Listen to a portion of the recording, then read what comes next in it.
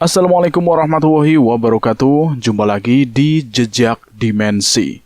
Apa kabar teman-teman semua? Semoga kalian dalam keadaan sehat selalu, panjang umur, bahagia selalu, dan sukses selalu. Dan pada kesempatan kali ini, saya akan menceritakan kisah mistis dan kisah horor yang berjudul Teror di Gunung Sumbing. Cerita ini series dari bagian pertama hingga seterusnya. Buat teman-teman yang belum mendengarkan episode sebelumnya, alangkah baiknya kalian mendengarkan terlebih dahulu agar mengerti alur ceritanya. Tidak usah lama-lama bagaimana keseruan kisah ini, kita langsung saja ke ceritanya. Teror Gunung Sumbing bagian keempat.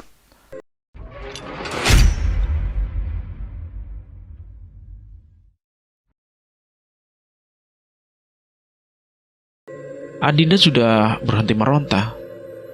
Rasa sedingin es batu menyebar di tubuhnya. Saat kuku tajam perempuan itu menusuk dadanya, wajah busuk itu sudah di depan wajah Adinda. Lalu sesuatu seperti menghantamnya dengan cepat. Dunia seakan berputar, dan dalam sekejap semua berubah gelap. Hitam semua, dunia menjadi hitam. Tak sedikit pun dia memejamkan matanya. Adinda sudah bertekad, sekalipun harus mati, dia ingin mati dengan mata terbuka. Dia harus tahu siapa yang mencelakainya. Dan dia terkejut mengetahui betapa tenangnya dia menghadapi ini.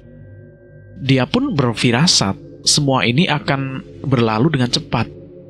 Kegelapan tergantikan dengan kelebatan spektrum warna sepia bersamaan dengan titik cahaya putih cemerlang yang mendekat dengan cepat dan kembali menghantamnya.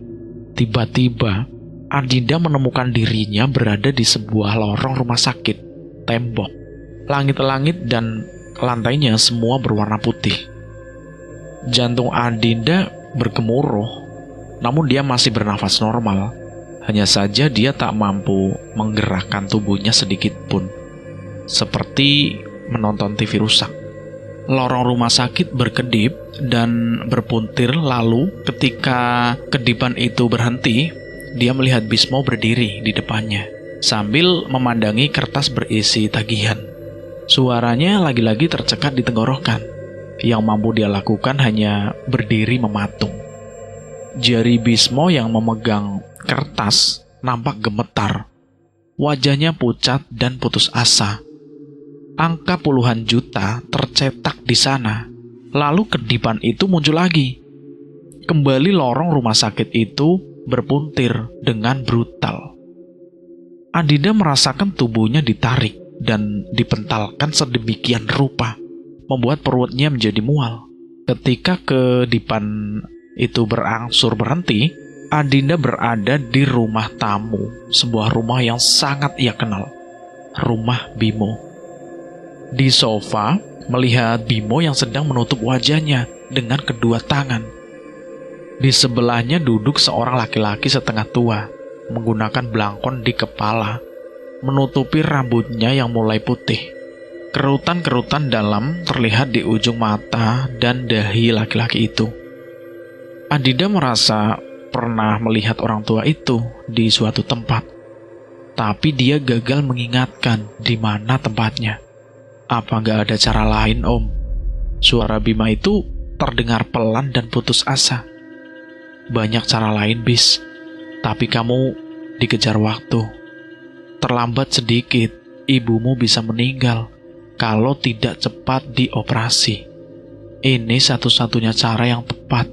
Terang lelaki itu, lelaki yang memakai belangkon, yang dipanggilnya Om oleh Bismo itu. Bismo menggeleng-geleng lemah. Dia memang membutuhkan uang dengan cepat. Tapi solusi yang ditawarkan omnya itu bukan main-main, karena memerlukan korban manusia. Dada Bismo sesak. Dia bagaikan dipaksa menelan buah si malakama. Adinda memperhatikan adegan itu dengan jantung yang bergemuruh. Bismo sama sekali tidak pernah menceritakan soal ini padanya. "Di mana tempatnya, Om?" tanya si Bismo. Suaranya semakin terdengar lemah. "Lereng Gunung Sumbing," jawab lelaki itu. Mendengar nama Gunung Sumbing disebut, membuat Adinda bagai tersengat listrik. Disinilah dia dan Bimo sekarang. Dada Adinda turun naik karena nafasnya yang semakin terasa berat. "Kamu sudah nentuin siapa yang mau dikorbankan di sana?" tanya lelaki tua itu pada Bimo, yang kelihatan sangat bingung dan tertekan. Bimo menjambak rambutnya sendiri. Dia nampak sangat frustasi. Tapi dia sudah memutuskan. Dia menggunakan kepala dengan pelan. "Siapa?" tanya lelaki itu lagi. Dan Bimo menjawab, "Adinda." Dan kita kembali lagi ke sudut pandang Jackie dan Adi. Langkah Jackie santai saja, namun tidak pernah berhenti. Adi menghitung tak kurang ada 2 shelter yang mereka lewati begitu saja. Dan dia sadar tidak mungkin bisa protes. Karena kejadian apapun malam ini, kelak dialah yang akan diberondong banyak pertanyaan. Adi mafhum dengan kekhawatiran penjaga basecamp itu. Tapi tetap tidak bisa dipungkiri, telapak kakinya yang mulai nyeri. Selepas dari jalanan datar yang berkelok, tepat di bawah sebuah pohon besar, dia melihat sebuah tanah yang agak tinggi. Kayu-kayu yang dibentuk menjadi bangku panjang, berbentuk setengah melingkar. Sebuah cahaya kecil dari damar yang diletakkan di ujung bangku itu tampak berkedip mengusir kegelapan di sekitarnya. Jackie yang berkonsentrasi pada langkahnya sama sekali acuh pada tempat itu, menoleh pun tidak. Setelah dekat, barulah Adi menyadari ada 2 orang yang sedang duduk saling berjauhan di bangku kayu itu. Dia terkesiap saat cahaya kecil itu menerangi wajah keduanya. Mereka adalah si perempuan di basecamp dan teman laki-lakinya. Tapi dia langsung tersadar. Euforianya itu karena telah menemukan orang yang dicari langsung hilang dalam sekejap. Dia tersenyum kecut, menyadari betapa mudahnya dia ditipu. Membayangkan 2 makhluk sesat itu kegirangan saat melihat antusiasme di wajahnya membuat semakin sebel. "Bang," suara lembut si perempuan memanggilnya saat keduanya melintas. Si Adi itu buang muka, alisnya terpaut hingga hampir menyatu. Tak lama, suara berkelebatan terbang ke atas disusul suara tawa perempuan yang membuat bulu kuduk si Adi itu tegak. Jackie dan Adi terus berjalan tanpa menghiraukan gangguan itu sama sekali. Setelah agak jauh, tawa Jackie pecah hingga terbatuk-batuk. "Ketipu lo ya, hahaha," kata si Jackie. "Hampir," jawab Edi dengan tambang sebel. "Setan di sini memang rese-rese. Gua udah kenyang digangguin. Sering kerjaan jadi nggak beres-beres gara-gara digangguin," kata si Jackie. "Jack, ini kita sampai puncak atau gimana?" tanya si Adi. Tampangnya masih terlihat kesal. "Nggak, sedikit lagi sampai kok," jawab si Jackie. "Sampai mana maksud lo?" Anak-anak penggiat alam kebanyakan memang pada nggak tahu. Tapi sebenarnya di Sumbing ini banyak lokasi yang didatangi oleh orang-orang dengan maksud tertentu, jawab si Jackie seperti itu. "Kayak pesugihan gitu, Jack?" "Ya, itu," Jackie mengangguk. Tapi menyadari Adi tak akan melihat anggukannya, dia menjawab iya. Tapi dari beberapa tempat itu, ada satu yang paling bahaya. Karena di situ syarat utamanya adalah mempersembahkan manusia. Tempat itu yang harus kita cek sekarang, terang si Jackie menambahkan. Adi menarik nafas dalam. Dia tak habis pikir. Di zaman modern begini, ternyata masih saja ada praktek-praktek primitif yang menumbalkan manusia. Gue ngebayanginnya pasti tempatnya di dalam gua kali ya, tebak si Adi. Si Jackie malah menggeleng. "Enggak, di pondokan kayu. Tempat tinggal juru kuncinya di sana. Namanya Pondokan Mayit," kata si Jackie.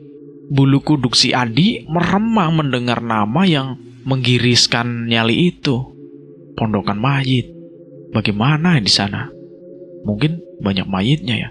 Kita yang menamainya begitu, dulu pernah heboh. Penemuan mayat dikubur di bawah pondokan itu. Jumlahnya puluhan di situ.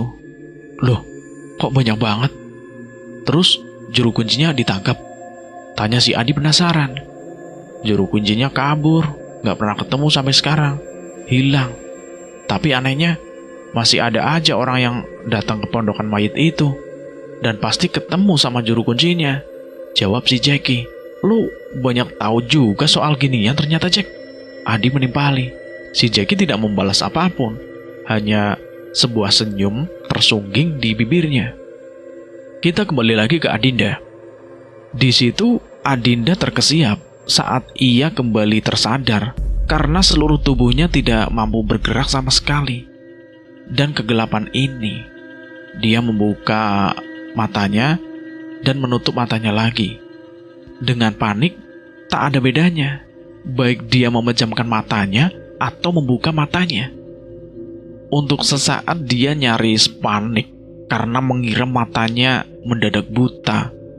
Namun setelah beberapa saat, dia mulai terbiasa dan perlahan dapat membedakan benda-benda di depannya.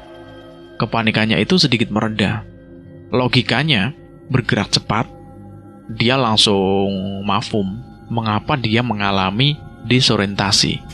Yang dilihatnya saat ini adalah langit-langit kamar yang tadi ia tempati, dan posisinya dia sekarang ada di tempat tidur dingin tadi. Semakin jauh, dia juga menyadari alasannya tak mampu bergerak setelah merasakan kebas di setiap pergelangan tangan dan kakinya. Seseorang telah mengingatkan di ranjang ini. Siapa yang mengikatnya? Jantungnya bergedup semakin cepat ketika mengingat wajah perempuan di tangga tadi. Pupil matanya membesar. Dengan nanar, dia mencari keberadaan perempuan mengerikan itu semampu yang ia bisa. Ikatan di tangan dan kakinya membuat gerakannya terbatas. Lalu kesadaran yang lain tiba-tiba menghantamnya dan membuat hatinya terasa nyeri. Bismo. Jantungnya merasa diremas keras. Matanya mulai basah, terngiang ucapan Bismo barusan. Terbiasa membaca tulisan tentang tumbal dan pesugihan, membuat apa yang tadi didengarnya terasa semakin menyayat hati. Betulkah gambaran sekilas tadi? Apa mungkin Bismo bisa setega itu? Tubuh Adinda banjir keringat. Rasa nelangsa dan kekecewaannya dengan cepat terganti rasa takut. Jika gambaran itu benar, nyawanya saat ini sedang di ujung tanduk. Bagaimanapun caranya, dia harus bisa kabur dan mencari pertolongan ke base camp. Awalnya dia mencoba menggerakkan dan memutar-mutar tangan kanannya. Gagal. Berikutnya, dia mencoba pada tangan kirinya. Hasilnya tetap sama. Tali yang mengikatnya disampul dengan ketat. Kesal, dia mengerahkan seluruh tenaganya yang membuat pergelangan tangannya berkedut-kedut akibat darahnya yang tidak mengalir. Tapi dia terus menarik tangannya hingga tali itu menyayat kulitnya dan menghasilkan nyeri yang tidak terkira. Sesuatu yang basah terasa di ujung jarinya. Dia menangis ketika menyadari itu adalah darah akibat luka sayatan tali itu. Tapi dia terus mencoba terus karena dia takut ingin lari dari situ. Tiba-tiba terdengar suara Bismo di telinganya. "Percuma, Din," kata si suara itu. Adinda terkejut sambil meronta-ronta. Dia coba mencari arah sumber suara itu. Di situ emosinya meluap. Entah bagaimana, suara itu membuat darahnya menggelegak seketika. "Gua benar-benar minta maaf, Din." Suara Bimo seperti itu. Dan itu terdengar lagi. Kali ini Adinda menangkap sedikit gerakan di pojok ruangan. Tubuh Bismo yang sedang berjongkok di lantai hanya terlihat siluetnya. "Lepasin! Lepasin!" jerit Adinda sambil meronta. "Ada yang harus gua jelasin, Din. Tenang dulu, dengerin gua," ucap si Bismo lirih. "Gua udah tahu niat busuk lo. Lepasin gua sekarang. Sekarang lepasin." Adinda histeris. Rontanya membuat ranjang kayu itu berderak. "Glubrak, glubrak, lepasin!" Bismo yang sudah setengah berdiri berhenti dengan gerakan kaku mendengar ucapan Adinda. Apa yang dia tahu? Tahu dari mana? Pikir si Bismo. Lututnya gemetar dan telapak tangannya basah karena tegang. Dia mengeluarkan pisau lipat dari saku belakang celananya dan mendekati Adinda yang tengah meronta-ronta. Pisau yang sudah terbuka itu dia sembunyikan di belakang punggungnya. "Gua terpaksa, Din. Tolong dengerin gua," ucap si Bismo lagi. Tak ada tanggapan. Dalam kegelapan, Bimo memperhatikan Adinda yang tiba-tiba menjadi tenang. Dia terus mendekat. Si Bismo itu terus mendekati si Adinda. Yang terdengar hanya nafas Adinda yang gemuruh jantungnya sendiri. Dalam kegelapan, Bismo memperhatikan Adinda yang tiba-tiba menjadi tenang. Dia terus mendekati Adinda. Yang terdengar hanya nafas Adinda dan gemuruh jantungnya sendiri. "Din, Dinda." Bimo memanggil nama Adinda, namun tidak ada reaksi dari Adinda. Apakah dia pingsan? Pikir si Bimo. Tangannya yang memegang pisau gemetar. Langkahnya berhenti saat lututnya menabrak pinggiran ranjang. Dari jarak dekat, Bismo masih tak mampu melihat wajah Adinda. Kegelapan kamar ini seakan mendapat menjadi tirai, dan ketenangan Adinda membuatnya tertekan. Yang perlu ia lakukan hanya menyayat sedikit tangan Adinda untuk mengambil tetes darah sebagai syarat terakhir. Dengan cara meraba kakinya, dia mampu menyentuh tangan Adinda. Dengan jarinya, dia coba menggerakkan tangan yang terkulai lemah itu. Lagi-lagi tidak ada reaksi. Bismo berharap Adinda pingsan agar mempermudah urusannya. Jari tengah dan telunjuknya dia urut dan sedikit memeriksa nadi Adinda yang sedikit lemah. Lalu tangan kanannya menempelkan pisau di pergelangan tangan Adinda. Saat darah Adinda menetes di lantai pondokan ini, maka selesailah sudah bagiannya. Tapi ada sesuatu yang aneh. Bismo berpikir keras. Ada sesuatu yang hilang. Tapi apa? Jantung Bismo di situ berdegup keras saat dia menyadari tidak ada tali ataupun di pergelangan tangan Adinda. Bersamaan dengan kesadaran itu, sesuatu menepuk keras tangannya, membuat pisau lipat itu lepas dari genggaman si Bismo. Lalu sebuah sayatan cepat menggores pahanya. Rasanya dingin dan basah. Selama itu Bismo hanya membeku, tak mengerti dalam kepekatan ini. Sebuah sayatan lain mengarah pipinya. Refleks, Bismo mundur dan berhuyung ke belakang. Sayatan itu hanya menghasilkan angin di wajahnya. Saat dia mendengar jeritan Adinda, barulah dia mengerti apa yang terjadi. "Brengsek, apa salah gua, Bis? Apa?" jeritan Adinda bercampur dengan tangisan. Bismo mundur perlahan. "Din, dengerin gua dulu, Din, please." Menyadari Bismo mundur, langsung dimanfaatkan Adinda untuk memutuskan ikatan tali di tangan kiri dan kakinya. Walau kegelapan ini nyaris sempurna, namun dia masih dapat melihat siluet tubuh Bismo yang terus mundur ke pojok ruangan. Dia maju dengan pisau lipat terhunus ke depan. Rasa dingin bekas sayatan di paha berlahan berubah menjadi nyeri. Bismo mengusap pahanya dan merasakan sensasi basah di telapak tangannya. darah. Amarahnya meledak. Lu tanya salah lu apa? Hah? Banyak. Lu gak pernah peduli sama gua. Lu cuma peduli diri lu sendiri. Lu gak pernah nanyain keadaan gua. Yang lu pikirin cuma jalan, jalan dan jalan. Lu mau jalan? Gua ajak lu sekarang jalan ke neraka. Geram si Bismo sambil maju. Tangannya menepis udara kosong di depannya saat berusaha merebut pisau. Lo yang mau ngorbanin gua. Lo juga yang marah. Cowok gak guna. Lo gak bakal lolos, Bis. Jangan kira gua bakal diem aja. Balas Adinda sambil mundur. Pisau itu ia genggam dengan dua tangan yang gemetar. Emang lo pikir lo bakalan lolos, ha? Baju kunci sebentar lagi sampai sini. Lo tahu, Din? Tahu nggak? Lo bakal mati. Teriak si Bismo. Dia berteriak sambil menerjang maju. Adinda menjerit. Keduanya bergumul di lantai, rebutan pisau. Sadar kekuatannya kalah jauh dengan Bismo yang sedang kelap, Adinda melempar pisau itu menjauh, mengikuti instingnya. Bismo melompat mengikuti arah pisau. Kesempatan itu digunakan Adinda untuk bangkit dan membuka pintu kamar.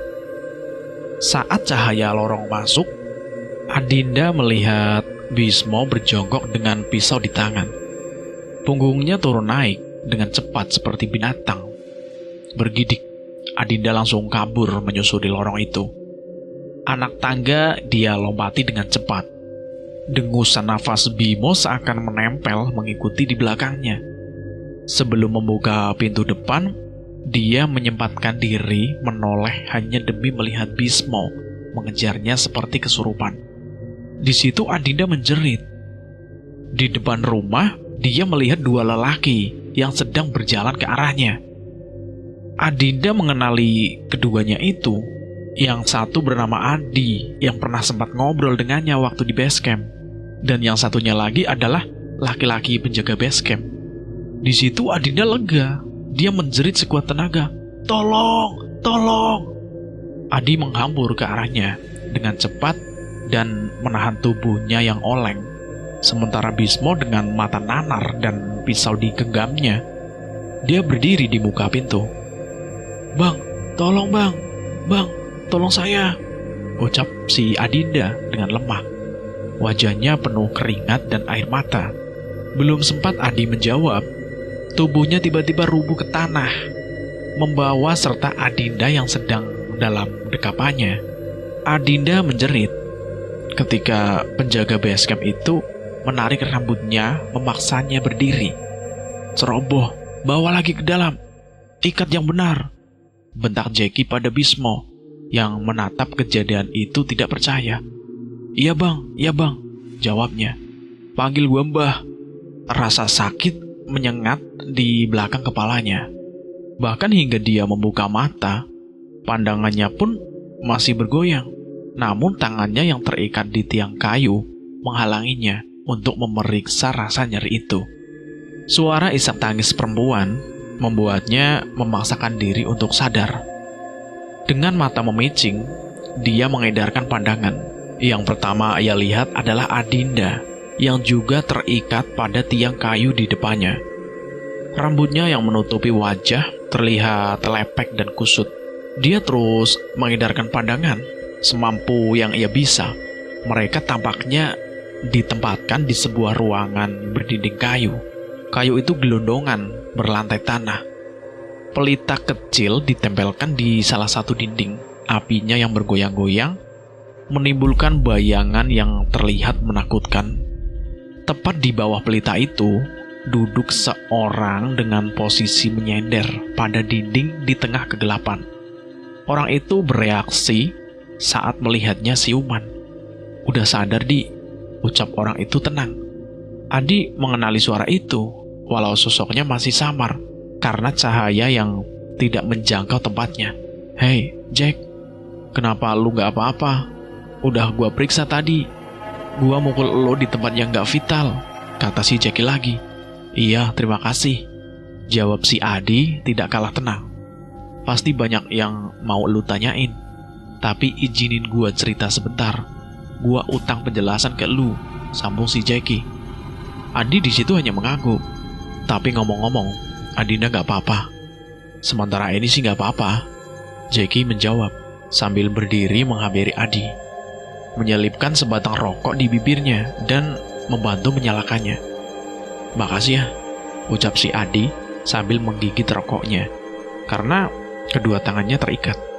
Dulu, di sini ada suami istri yang hidup di pinggiran hutan. Namanya Purwo dan istrinya bernama Cempaka. Jackie mengawali ceritanya. Purwo dikenal masyarakat di sini sebagai dukun. Jackie menyelipkan sebatang rokok di bibirnya dan langsung menyalakannya. Adi masih diam sambil mendengarkan penjelasan dari si Jackie.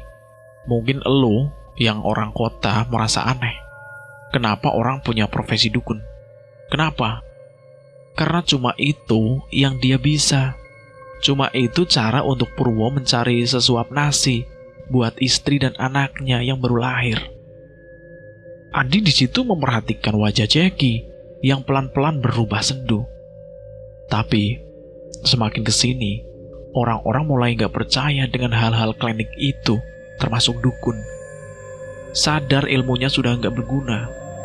Purwo beralih profesi, coba-coba bantu tetangga yang sedang musim panen tembakau.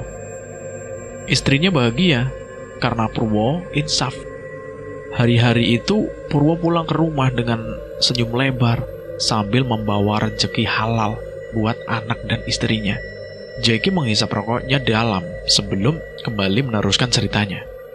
Lalu datanglah zaman goro-goro.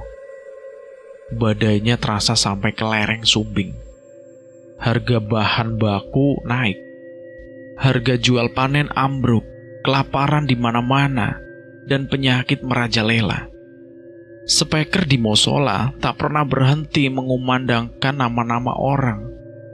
Orang yang meninggal setiap pagi dan sore. Lalu entah dari mana datangnya, tiba-tiba berhembus isu soal dukun santet. Di situ nafas Jackie terdengar semakin berat. Masyarakat di situ mulai menghubungkan rentetan kematian demi kematian dengan dukun santet. Orang-orang mulai panik dan marah. Wajah-wajah yang tadinya akrab kini berubah curiga. Dengan semua telunjuk tiba-tiba menuding Purwo yang dulunya memang profesi sebagai dukun. Cerita dari si Jackie. Adi di situ masih dia memperhatikan si Jackie. Asap putih bergulung-gulung keluar dari mulut Jackie. Dan ketika mulai berbicara, suaranya terdengar gemetar. Hari itu dia diusir dari ladang tembakau. Dia sadar, sia-sia menjelaskan pada masyarakat yang sudah kadung curiga. Jadi dia memilih pulang.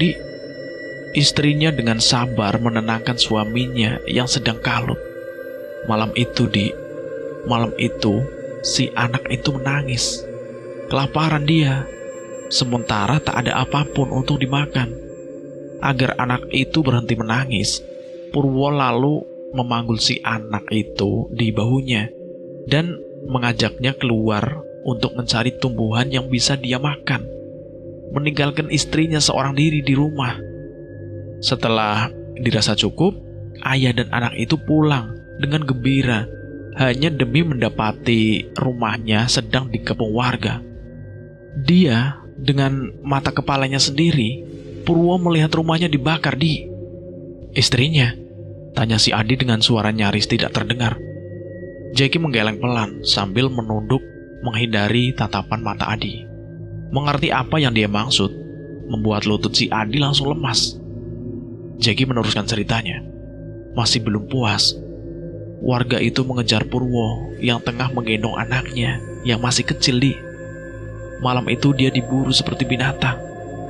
Dia kecewa dan hampir gila karena kehilangan istri dan rumahnya. Dia kembali mendalami klinik dan bersekutu dengan setan di tempat ini. Di bawah geriji puncak Sumbing, dia menawarkan kesempatan menjadi kaya pada siapapun yang mau membutuhkannya. Dengan cara mengorbankan manusia? Tanya si Adi dengan pelan. pengorbanan manusia adalah cara paling cepat dalam pesugihan, dan juga beliau sudah kehilangan empati pada kemanusiaan, jawab si Jackie dingin. Sebelum dia kembali meneruskan ceritanya. Lama-kelamaan di praktik ini terendus kepada warga. Malam itu, puluhan obor mengepung rumah ini, seperti juga istrinya. Purwo meregang nyawa dalam kobaran api. Terus anaknya tadi gimana? Tanya si Adi. Setelah melihat ayahnya dipanggang hidup-hidup, anak itu dengan susah payah berhasil kabur. Dia bertahan hidup sebagai gelandangan di Temanggung, Parakan, Wonosobo, hingga di Jakarta. Dia menjadi benalu, menjadi sampah masyarakat. Bertahun-tahun kemudian anak itu kembali ke Gunung Sumbing untuk balas dendam. Di situ Adi menghela nafas. Udara tiba-tiba terasa berat. Balas dendam sama siapa, Jack? Tanya si Adi. Ya pada manusia lah, Di. Api bagai berkobar-kobar di bola mata Jackie yang berkaca-kaca. Gak usah peduli dengan coba ngumbar kata-kata ikhlas atau memaafkan. Yang membuat gua bertahan selama ini bukan harapan, tapi dendam. Di situ Adi bingung. Suara Adi tercekat. Tidak ada lagi yang mampu dia katakan. Keheningan yang ganjil dan mencekam melayang di antara mereka. Kebekuan itu baru terpecah saat Bismo membuka pintu. Semua sudah siap, Bah, kata si Bismo. Si Jackie mengangguk. Lalu kembali dia menatap Adi. Di, tapi malam ini malam spesial, Di. Ini bukan lagi soal pesugihan. Malam ini lu bakal jadi saksi sebuah kebangkitan. Terima kasih buat teman-teman yang sudah mendengarkan cerita ini. Terima kasih juga buat teman-teman yang sudah berkomentar, yang sudah bergabung di channel ini. Terima kasih semuanya. Terima kasih juga buat penulis yang sudah mengizinkan kami untuk menceritakan kisah ini. Terima kasih buat teman-teman yang sudah mendukung channel ini. Terima kasih banyak. Dan saya mohon maaf jika ada kesalahan kata. Buat teman-teman, semoga diberikan kesehatan, diberikan kelancaran dalam rezekinya, dan dimudahkan segala urusannya. Dan sekali lagi terima kasih buat teman-teman semua yang sudah mendukung kami. Saya mohon maaf jika ada kesalahan kata, dan saya pamit undur diri. Akhir kata, wassalamualaikum warahmatullahi wabarakatuh.